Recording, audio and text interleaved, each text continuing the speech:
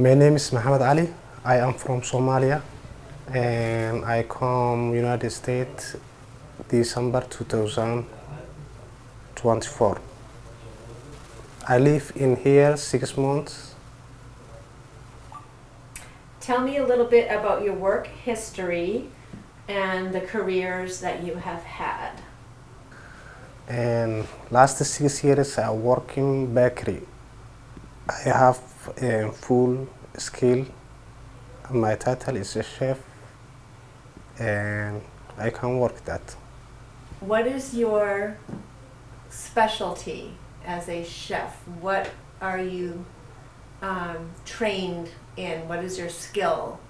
Desserts, bread, saute? I can make bread, baguette, cupcake, cake, and etc. Yes, I love baking because it's the lasting experience for me. What was your first job here in the United States? My first job is United States is a cleaning, but I want baking. What is your dream for your future?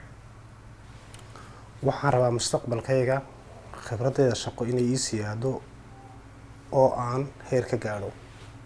I want my future work experience to increase and reach my potential. Thank you for watching this video. I hope to invite for me job interview